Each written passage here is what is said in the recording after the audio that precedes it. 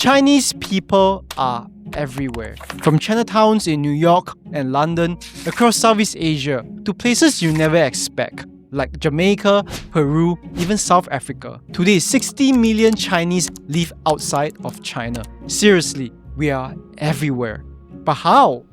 Why? Well, this didn't all happen for one reason. Some left to trade, some left in chains, some left chasing freedom and a better life. I'm part of this story too. A Chinese in Singapore, descended from migrants. I was curious about why we are where we are, so I looked into it and realized it's really messy and complicated. But it can be broadly split into 4 waves, each one driven by something different. Each one changed not just where Chinese people ended up, but who they became. And the first wave, it wasn't actually about fleeing war or famine. It was actually about opportunity.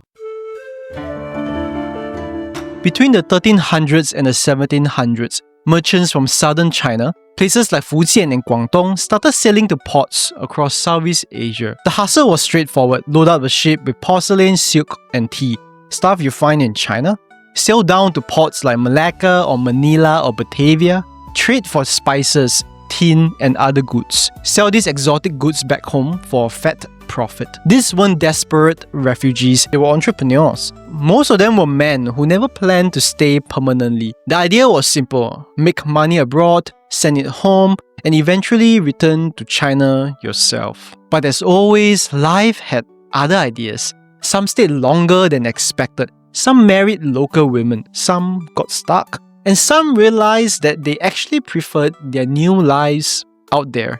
Little by little, Chinese communities began forming around these ports. They built homes, shops, clan halls where people from the same village or dialect group could gather together.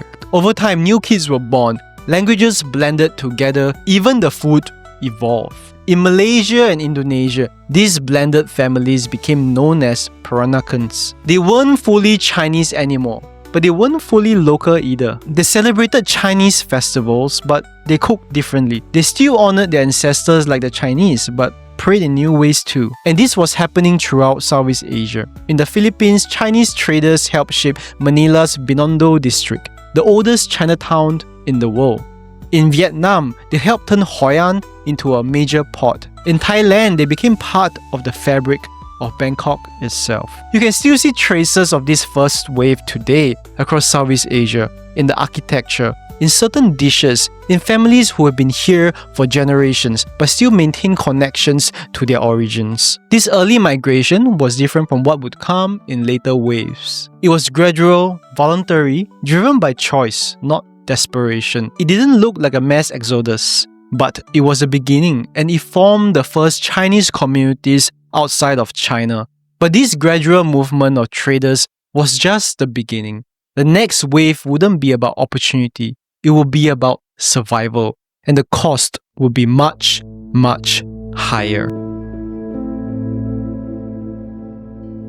By the 1840s, China was in freefall. The ruling Qing dynasty was barely holding things together. The treasury was empty. Government officials were mostly corrupt. The population was also exploding. In just 100 years, China went from 100 million people to over 400 million. But the amount of farmland couldn't keep up. So many families couldn't grow enough to survive. It was crisis after crisis. And if you live in southern China, far from Beijing, you were getting the worst of it. The worst crisis, without doubt, was the Taiping Rebellion that killed at least 20 million people. It was led by a guy who claimed to be Jesus' younger brother and wanted to build a heavenly kingdom on earth. The rebellion tore through the countryside, leaving destruction everywhere. Then came natural disasters. The Yellow River flooded really bad in 1855.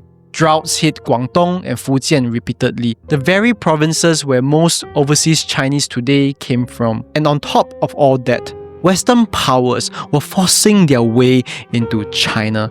The first Opium War started when China tried to stop British merchants from selling the opium drug to Chinese people.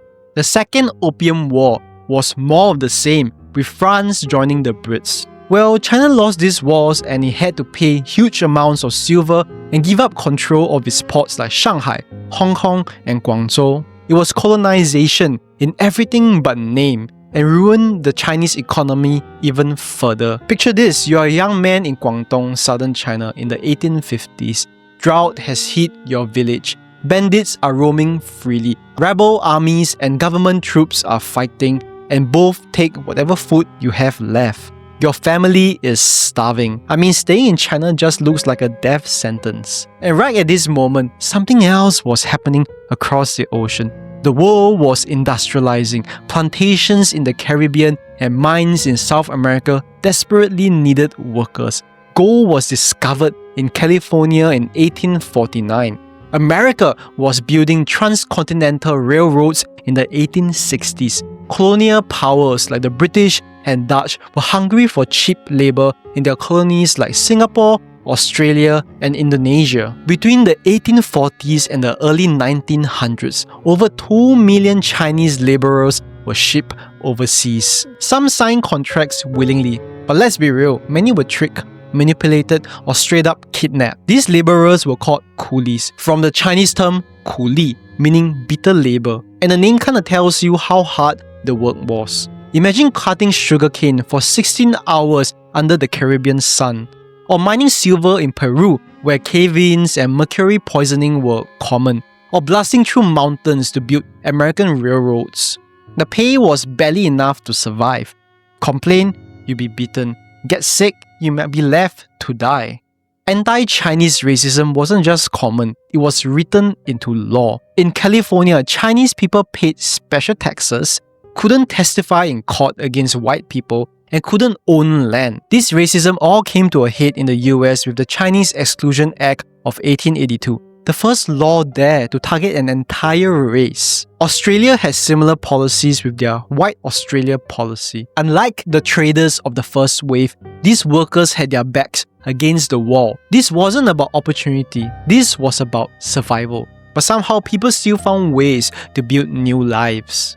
That's why you find Chinese grocery shops in rural southern United States that have been there for generations, descended from cotton workers who save up enough to open up small shops. Or Chinese families running restaurants in Jamaica, descended from those who work in the sugarcane plantations. In many major cities, Chinatowns grew, not just from choice, but also because discrimination pushed people together. They weren't just rebuilding their lives, they were rebuilding what it meant to be Chinese, far from where home used to be. This second wave scattered Chinese people across continents in just a few decades. But even as laborers were still crossing oceans, a different kind of Chinese migrant began to emerge in the next wave. People fleeing not just hunger, but revolution and civil war. And if you're finding this story interesting so far, please hit that like button and subscribe to my channel where I explore many stories like this about the history and rise of Asia. Okay, so now let's head on to our third wave.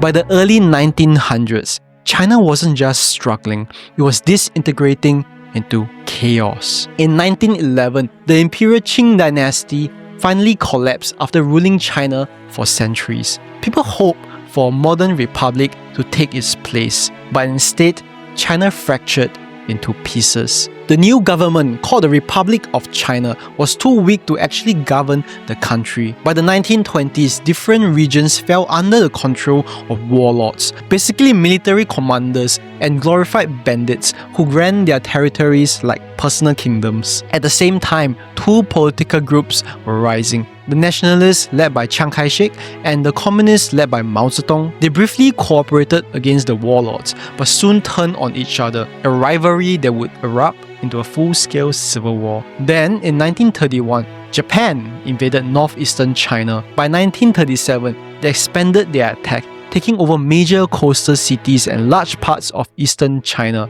The Japanese occupation was brutal. Cities bombed, villages burned, civilians slaughtered. In the city of Nanjing alone, over 200,000 people were killed in just 6 weeks. I mean, imagine trying to live through all this war with Japan, civil war between Chinese factions. No matter where you turn, there was danger. Your home could be bombed tomorrow. Your village could be burned next week. Your son could be forced into someone's army. Your daughter, let's not even talk about it. Throughout this entire period, from the 1920s to the 1940s, people were constantly fleeing China. And I'm not talking about migration for work or opportunities like in earlier waves. This was pure survival. This was grabbing whatever you could carry and running. My own grandfather was one of the people who fled China during this chaos. Things were really rough back home in Guangdong, and he followed his father out here to Singapore and Malaysia, hoping to find safety and a better life, just like countless others. And like Wave 2, it wasn't just poor farmers leaving. This time it was people from all backgrounds. Students, intellectuals, business owners, government workers, and regular families who just couldn't take it anymore. Japan was defeated at the end of World War II in 1945. But China's own civil war only intensified. And when the communists finally won in 1949, it triggered the biggest exodus yet. Under Mao Zedong's new communist government, the rules completely changed. Landlords who once owned property, now enemies of the people. Business owners, traitors to the country. Teachers, intellectuals, and anyone with a college degree. Many were sent for re-education in labor camps. The communists were systematically dismantling old China and building a new one. And if you were on the wrong side of the divide, you had to get out or face the consequences. Picture having to decide in a matter of days, stay and risk everything, or live with just what you could carry, knowing you might never come back. That's what thousands of families faced in 1949. People escaped to Hong Kong, Taiwan, Singapore, Malaysia, and other parts of Southeast Asia. Some even made it to America, Europe, or Australia. For many, going back to communist China was no longer an option, so they built permanent lives where they landed. This wasn't about trade or looking for work like earlier waves. This was exile, carrying a frozen version of China in your heart, while the real one transformed into something unrecognizable behind you. As China sealed itself off from the rest of the world under communist rule in the 1950s and 60s, migration out of China kind of stopped. But after Mao Zedong died in 1976, the country began to open up and everything changed. Mao's successor Deng Xiaoping launched sweeping market reforms that transformed China. Economic development became the priority, not communist ideology. And crucially, the country began to reconnect with the outside world. In the 80s and 90s, Chinese students began flooding into universities across the US, Canada, Australia, and Europe. Not to flee war or famine like earlier waves, but to seek better opportunities for education and their careers. Initially, most planned to study and return home, but many stayed, got jobs, started families, and put down roots. This trend accelerated dramatically after the Tiananmen Square crackdown in 1989, when the Chinese government violently suppressed pro-democracy protests. Suddenly, many students abroad decided it wasn't safe to go back. And many more in China realized that economic reforms might not lead to political ones. Meanwhile, as China's economy grew, a new class of entrepreneurs and professionals emerged. They weren't fleeing poverty or persecution. They wanted what the West had: more personal freedom, better education for their children, more career opportunities, and a life with less political anxiety. Students went to study and then stayed to build their careers. Families pooled their savings to send just one promising child overseas. Some even took advantage of investment visa programs, spending hundreds of thousands of dollars just to get residency in another country. The goal was all the same: build a better life with more opportunities. But when we step back and look at this entire journey, from the traders of Wave 1 to the migrants of Wave 4, we see that Chinese migration has never been just one story. It's millions of individual choices, shaped by history but not defined by it. If you are Chinese overseas, I would love to hear from you. Which wave do you and your family belong to? What is your migration story? Let me know in the comments below, because what we call overseas Chinese includes incredibly different experiences. People who completely blended into their new countries and barely speak Mandarin anymore. People who still dream of returning to China someday, even after decades away. People like me who straddle right in between the Western and Chinese worlds. The connection to Chineseness shifts with each generation, each place, each family. Maybe being Chinese is a set of questions we keep asking. Where do I belong? What parts of my history do I carry forward? How do I honor where I came from while embracing where I am? These aren't just Chinese questions, they're human ones. And that's why this story matters, because it's not just about why Chinese people are everywhere. It's about how we navigate identity in a world where borders, both physical and cultural, are constantly being redrawn. We've explored the historical waves of Chinese migration, but this story continues today. If you want to understand why young Chinese people still want to leave China, I have the perfect video right here. See you in the next one. Peace.